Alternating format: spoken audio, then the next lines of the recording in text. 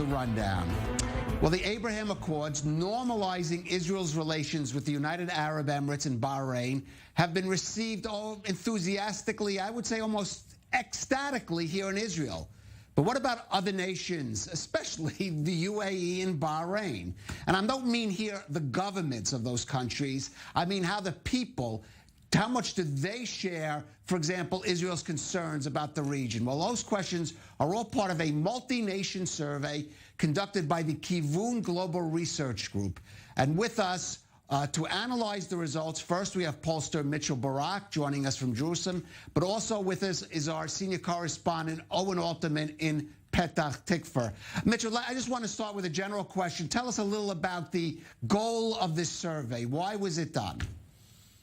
First of all, it was great to get out of the house and present it in a real office. I have to say it was a new experience I haven't had in a few months. The goal of the survey, Konrad Adenauer Foundation is a foundation with an Israel office that is based in Germany, part of the CDU party or connected to the CDU party. And they have been doing programs in Israel for many, many years, academic programs, educational things. And they always, we've been working the last 13 years trying to find out what Israelis think about various situations, about what's going on in Israel, what's going on in the region, what's going on between Israel and its neighbors. And this idea came up that everyone is so enthusiastic about these Abraham Accords, and there's a certain euphoria, which is certainly well-deserved, but what Israelis actually think about it? And not only that, even greater, what do the Emiratis and the Bahrainis think about the Accord and the Israelis?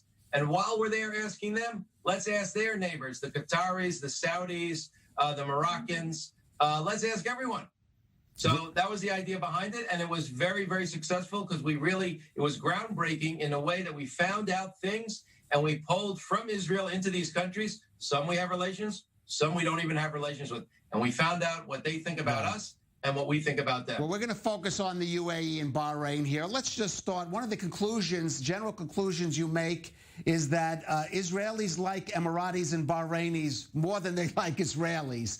And as you can see here, if we look, this is a favorable impression of Israel. And those numbers are in the 40s for UAE. 46% have a favorable impression, almost 43% unfavorable. In Bahrain, there's actually a higher unfavorable impression of Israel than there is a favorable impression, 48-31. I'm not going to show the numbers for Israel's regard for UAE and Bahrain, but it's almost double in its favorable impression. Owen, we know that Israelis are very enthusiastic. We've seen some enthusiastic Bahrainis and UAE on our program, but it looks like not everybody, or quite a few people, are not as fond of Israel in the UAE and Bahrain as maybe we thought. Listen, Calev, I actually think the glass here is half full. If you look across the study, there's about, in most of these Gulf countries, about a quarter of the public that's pro-Israel, about a third of the public that's anti-Israel, and about 5/12 that's somewhere in the middle. If you look at a range of questions, that's about where these things come out. And, these numbers are not bad at all. I think if you compare these to past polls in the Arab world, they're actually stratospheric. The Pew Research Center did a poll back in 2013 of some Arab countries. In Jordan, Israel's favorable rating was 2%. In Lebanon, Israel's favorable rating was 1%. In Calev, that survey had a margin of error of plus or minus 3.3%. So the actual approval rating for Israel and Lebanon might have been -2. So compared to that, these numbers are quite high. And now there's going to be normalization. There's going to be all sorts of people-to-people contacts.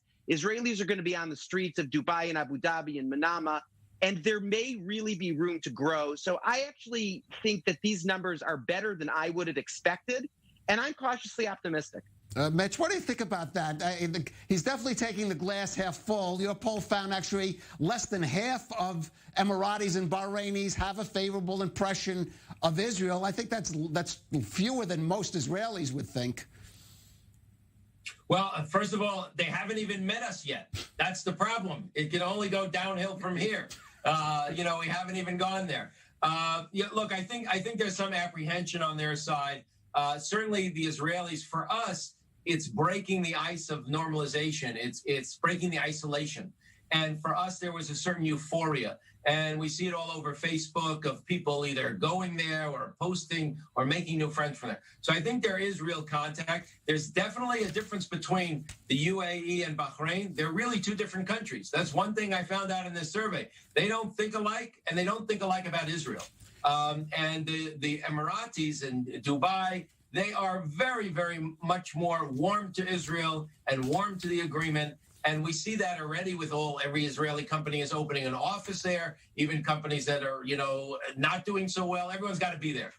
With Bahrain, it's a little bit different. It's a little bit different structure. But I think it's important to note that we've been told this, government to government. That's who's this peace agreement with or this normalization is. And now we have to look at people to people because it's not just governments. And that's what Israel likes to do. It likes to make with governments, with dictatorships, with monarchies. It's not the same as people to people, and it also caught people off guard. That is what I think may have influence on the other side.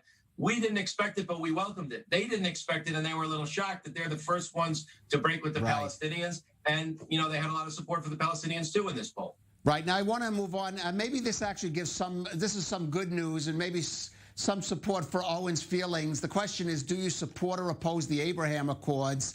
In Israel, it was 86%, no surprise. In UAE, it's 69%. So despite not having, that's well above the question of whether they have favorable impressions of Israel. And in Bahrain, this illustrates your point, Mitch, 46%. Owen, so there is, that supports certainly your view, maybe positive view of the UAE, but this underscores Mitch's point. Big difference between Bahrain and the UAE. Right, Calev, and I think that's something we would have guessed going into this poll. Obviously, the demographics of Bahrain and the politics there are completely different. I think all of us expected that. There's going to be a lot of opposition to this in Bahrain. Again, I don't think that's a surprise. I still look at this as half full. There is still a solid constituency in Bahrain, according to this poll, that's in favor of what's going on. Also, a shout out to Mitch and to the Konrad Adenauer Foundation for a terrific poll with an unbelievable amount of really interesting data. And Calev, I'm going to give you another one that's connected to what you just showed. Mitch, correct me if I'm wrong. Among Israeli Arabs, support for these agreements, about 72%. I think that's what Mitch said on our Zoom this morning.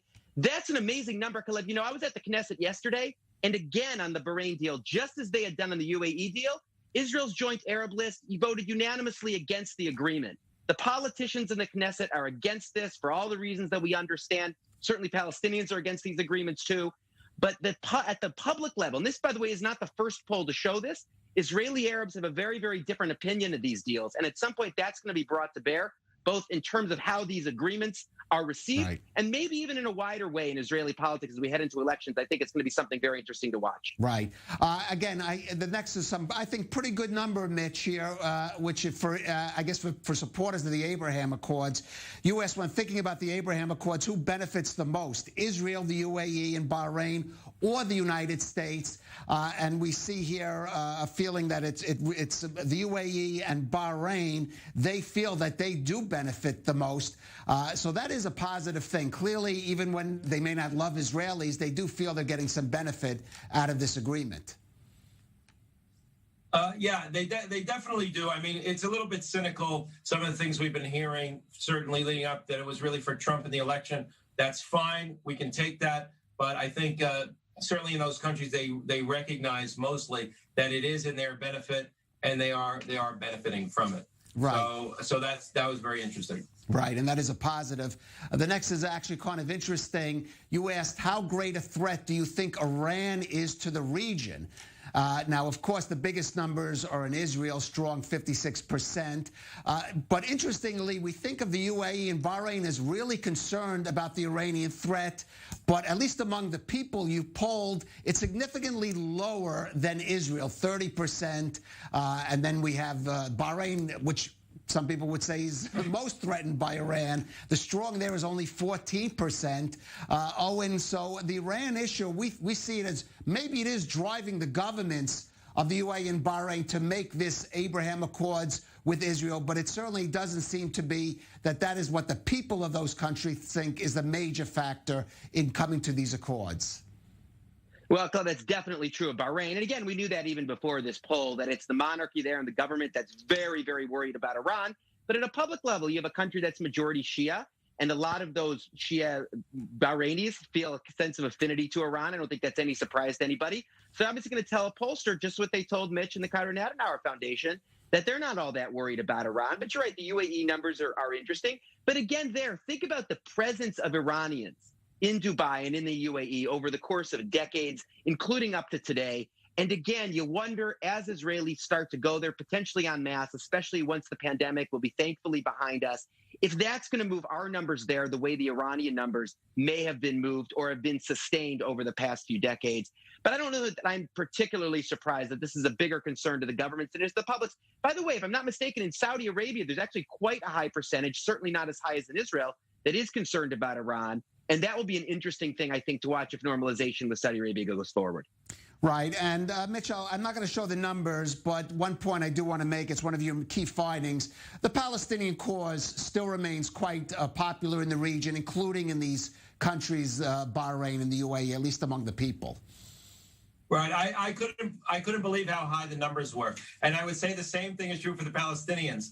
But the opposite. The Gulf states like the Palestinians, but they don't like them so much, meaning they feel a little bit like they've been let down. But the numbers are extremely high. Favorability is in the 70s, 80%. And when we ask about a Palestinian state, the right of a Palestinian state, establishing one, the numbers are off the charts. They're in the 80s, they're in the 90s in different places, meaning they really, really support it. And I think that, as we said in the briefing, the people that are talking about the two-state solution is dead are the people that want it to be dead. Right. It's not necessarily, the people in the region, and it's not necessarily all the different actors. And anything we see, I think, moving forward will take that into account seriously, especially as we have a new administration coming in. The Palestinians are not going to be left behind. Owen, I want to get your feeling on that, because there has been the argument that has been made by some of our guests from the UAE and Bahrain, and they keep stressing the point that these agreements, which, as you mentioned, for example, Israeli Arab politicians have opposed because they feel that they bypass the Palestinian cause, but these Emirati guests and the guests from Bahrain we've had on the show say, no, we will be adding our voices to that debate on the Palestinians. It will be to their benefit. Absolutely. Again, I'm not all that surprised or frankly all that concerned that that's going to be something that derails normalization. If anything, I think we can be concerned if there were ever to be political change in Bahrain, because again, we see what, at least at this point, the underlying public opinion is there. So I'm not particularly surprised to see that. I think we can expect it. I actually think from Calev, to some degree, from the Emiratis' perspective, they may be feeling that they will over time get real influence and real sway over Israeli decision-making on this, because they'll have such a stake and we'll have such a stake in the normalization that it'll actually help them to promote this. By the way, in another part of this poll, just showing how much amazing information there is here, 30% favorable rating of Israel. You ready for this, Calev? Among West Bank Palestinians. That's an amazing number. You ask West Bank Palestinians, do you have a favorable opinion of Israel or unfavorable opinion? 30% say yes. I thought that was unbelievable. Right. I think we would need another 15 minutes to start analyzing who those Palestinians are and why they said that. And that could be, well, Mitch, that could be Kivun Global Research's next in-depth poll, find out who those 30% are. Mitchell Barak of Kivun Global Research, our senior correspondent, Owen Alterman, thank you for joining us.